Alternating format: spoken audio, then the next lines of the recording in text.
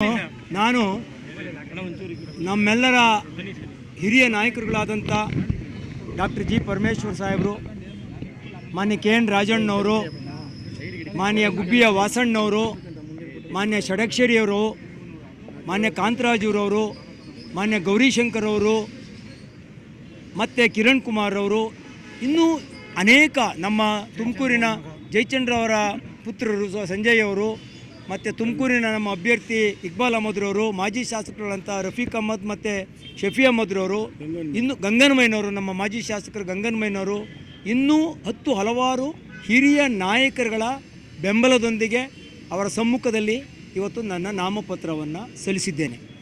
ಜಿಲ್ಲೆಯ ಮೂಲೆ ಮೂಲೆಯಿಂದ ಅಪಾರ ಸಂಖ್ಯೆಯಲ್ಲಿ ಜನತೆ ಬಂದು ಇವತ್ತು ನನಗೆ ಆಶೀರ್ವಾದ ಮಾಡಿದ್ದಾರೆ. ನಮ್ಮ ನಾಯಕರು ಎಲ್ಲ ಸಂದೇಶವನ್ನು, ಏನು ಸ್ಪಷ್ಟ ಸಂದೇಶವನ್ನು ಜನರಿಗೆ ತಿಳಿಸಬೇಕು ಅದನ್ನು ಕೂಡ ಮಾಡಿದ್ದಾರೆ. ನಾನು ಭಾಳ ಸ್ಪೆಸಿಫಿಕ್ ಆಗಿದ್ದೀನಿ. ಈ ಜಿಲ್ಲೆಯ ಮಣ್ಣಿನ ಮಗ, ಈ ಜಿಲ್ಲೆಯ ಇಂಚು ಜಾಗನೂ ಕೂಡ ಎಲ್ಲಿ ಯಾವ ಊರಿದೆ ಏನಿದೆ ಅಂತ ಸಂಪೂರ್ಣವಾಗಿ ತಿಳ್ಕೊಂಡಿದ್ದೀನಿ. ನಾನು ಜನರ ಸಮಸ್ಯೆಗಳನ್ನ ಅರ್ಥ ತಗೊಂಡಿದ್ದೀನಿ. ರೀಜನಲ್ ಸಮಸ್ಯೆಗಳೇನಿದೆ, ಮಧುಗಿರಿಲಿರೋ ಸಮಸ್ಯೆ ಬೇರೆ, ತಿಪ್ಟೂರಿನ ಸಮಸ್ಯೆ ಬೇರೆ, ಚಿಕ್ಕನಾಯಕನಲ್ಲಿ ಒಂಥರ ಇದ್ದರೆ ಗುಬ್ಬಿನಲ್ಲಿ ಅಂತಾರೆ. ಇವೆಲ್ಲವನ್ನು ಕೂಡ ಸಂಪೂರ್ಣವಾಗಿ ಅರಿತಿದ್ದೇನೆ. ನಾನು ಶಾಸಕನಾಗಿ 10 ವರ್ಷಗಳ ಕಾಲ ಜಿಲ್ಲಾ ಕಾಂಗ್ರೆಸ್ ಅಧ್ಯಕ್ಷನಾಗಿ, 5 ವರ್ಷಗಳ ಕಾಲ ಲೋಕಸಭಾ ಸದಸ್ಯನಾಗಿ ಸಂಪೂರ್ಣವಾಗಿ ಬಲ್ಲೆ. 5 ವರ್ಷ ಲೋಕಸಭಾ ಸದಸ್ಯನಾಗಿ ಈ ಜಿಲ್ಲೆಯನ್ನು ಅತ್ಯಂತ ಸಮರ್ಥವಾಗಿ ನಾನು ಜಿಲ್ಲೆಯಲ್ಲಿ ಪ್ರತಿನಿಧಿಸಿದ್ದೀನಿ ಅಂತ ಅನ್ನೋ ಆತ್ಮವಿಶ್ವಾಸ ನನಗಿದೆ. ಆದ್ದರಿಂದ ನಾನು ಅದ್ರ ಜೊತೆಗೆ ಜಿಲ್ಲೆಯಲ್ಲಿ ಅನೇಕ ಯೋಜನೆಗಳು, ಬಹುಶಃ 5 ವರ್ಷಗಳಲ್ಲಿ ಯಾವ ಲೋಕಸಭಾ ಸದಸ್ಯರು ಅಷ್ಟು ಕೆಲಸ ಮಾಡಲಿಕ್ಕೆ ಸಾಧ್ಯ ಇಲ್ಲ, ಅಷ್ಟು ಕೆಲಸವನ್ನು 5 ವರ್ಷದಲ್ಲಿ ಮಾಡಿದ್ದೀನಿ.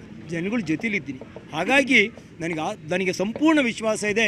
ನಮ್ಮ ಎಲ್ಲ ನಾಯಕರುಗಳ ಬೆಂಬಲದೊಂದಿಗೆ, ಅವರ ಸಹಕಾರದೊಂದಿಗೆ ಜಿಲ್ಲೆಯ ಎಲ್ಲ ಕಾರ್ಯಕರ್ತರುಗಳು ಭಾಳ ಅತ್ಯಂತ ಉತ್ಸಾಹದಿಂದ ಇವತ್ತು ಚುನಾವಣೆಯನ್ನು ಮಾಡಲಿಕ್ಕೆ ತಯಾರಾಗಿದ್ದಾರೆ. ಆದ್ದರಿಂದ ಜನ ನನ್ನ ಮೇಲೆ ನಂಬಿಕೆ ಇಟ್ಕೊಂಡಿದ್ದಾರೆ, ಜನ ನನ್ನ ಮೇಲೆ ವಿಶ್ವಾಸ ಇಟ್ಕೊಂಡಿದ್ದಾರೆ.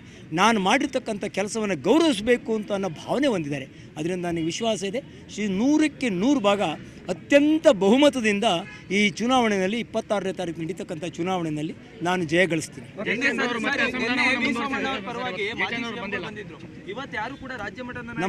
ನಮ್ಮ ನಾಯಕರು ಬಂದೆ, ಡಾಕ್ಟರ್ ಜಿ ಪರಮೇಶ್ವರ್ ಅವರು, ರಾಜಣ್ಣವರು, ವಾಸಣ್ಣವರು ರಾಜ್ಯದ ನಾಯಕರಲ್ವ.